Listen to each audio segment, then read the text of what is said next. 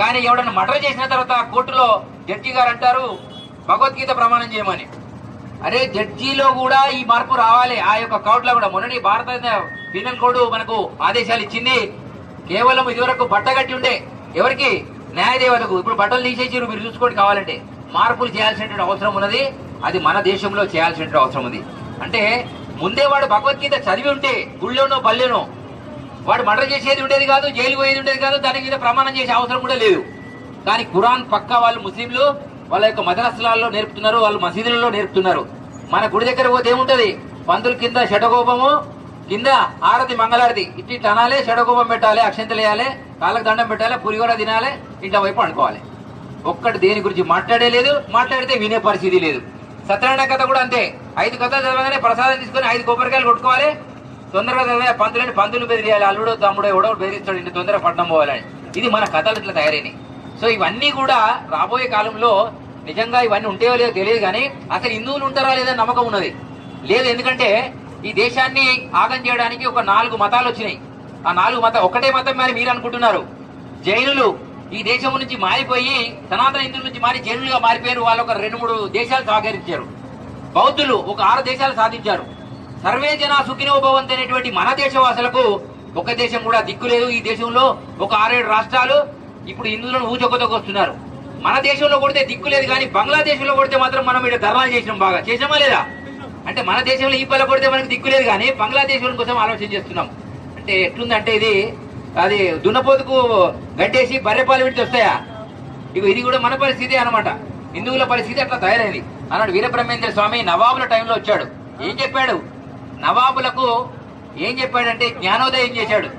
అరే నాయనా, మీరు ఎన్నడైనా సనాతనమైనటువంటి హిందూ ధర్మంలోకే రావాలి. ఇదే సినిమా. ఈ సినిమాకే నేను సిద్ధయ్య అనేవాడిని 12 సంవత్సరాలు నా దగ్గరకు వస్తే కూడా అది నవాబుల టైంలో సిద్ధయ్య అన్యమతస్థుడైన సిద్ధయ్య వీరబ్రహ్మేంద్ర స్వామికి శిష్యరికానికి వస్తే 12 సంవత్సరాలు గాలే దింపిండు గట్టిగా. అయినా ఆయన వదలకుండా గురుపాదాన్ని పట్టుకున్నాడు. గురువుకు సేవ చేసినందుకు 12 సంవత్సరాల తర్వాత ఉపదేశం ఇచ్చాడు. కానీ అదే ఈ రోజు ముడిమాలలో సిద్ధయ్య ఉన్నాడు ఆంధ్రప్రదేశ్ లో. కానీ ఇప్పుడు మనోళ్ళే వెళ్ళి ఏసుక్రీస్తులలాగా వస్తున్నారు. వాడెవడో గొర్రె 100 పేజీల బుక్ తీసుకొచ్చి చెప్తే ఈ కొండ గొర్రెలు ఎట్లా చేరుతున్నాయో నాకు చెప్పాలి మీరంతా. వాళ్ళు ఎవడో కాదు, మంచి పటేళ్లు చేరుతుండ్రు, మంచి చదువుకున్నోడు చేరుతుండ్రు. కారణం ఏమిటంటే ఈడ 25 గొర్రెలు ఉన్నాయనుకో, ఈ గొర్రెను తోలుకొని పోతాడు వాడు బైబిల్ పట్టుకొని.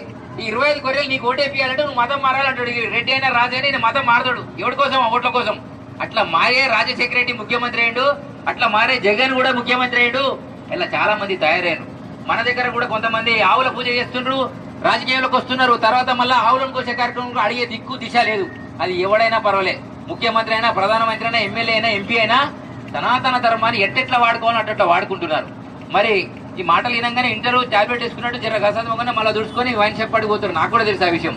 కానీ 3 సంవత్సరాల టైం ఉంది. ఈ 3 సంవత్సరాలలో ఈ యొక్క జనగామ పట్టణంలోనే కనీసం 60,000 70,000 ఉన్నారు.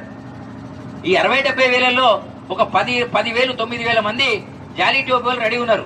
వాళ్ళని ఈ సంవత్సరం వదిలిపెడితే వచ్చే సంవత్సరం కల్లా 18,000 మంది అవుతారు. ఎంతమంది? ఎందుకంటే వాడు ఫ్యాక్టరీ, అది 4 PP 40 బచ్చా అనే ఫ్యాక్టరీ పెట్టిరు. మీకు ఒక్కడు కూడా ఉడతలేడు.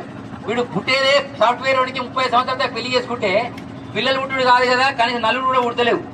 మరి ఎందుకు ఉడతలేవు అంటే ఆలోచన చేసుకోండి. మన లోపల ఇమ్యూనిటీ పవర్ పోయింది, ధర్మం మీద ఆలోచన పోయింది. కేవలం పచ్చడి చేసుకొని తాగాలే, జర పండుగ వస్తే దన్నా ఎగరాలే. చచ్చిపోయినా డీజేనే, పెళ్లి అయినా డీజేనే, రిసెప్షన్ అయినా డీజేనే, జయంతి అయినా డీజేనే, ఇంకేమన్నా బర్త్డే అయితే కూడా డీజే పెట్టుకొని మనం దొంగుల్లాగా ఎగురుతున్నాం తప్ప ఎక్కడ కూడా వాళ్ళు ఏం ఎగరకుండానే, ఏం ఆలోచించకుండానే ఆలోచన చేస్తున్నారు. ఈ బొమ్మ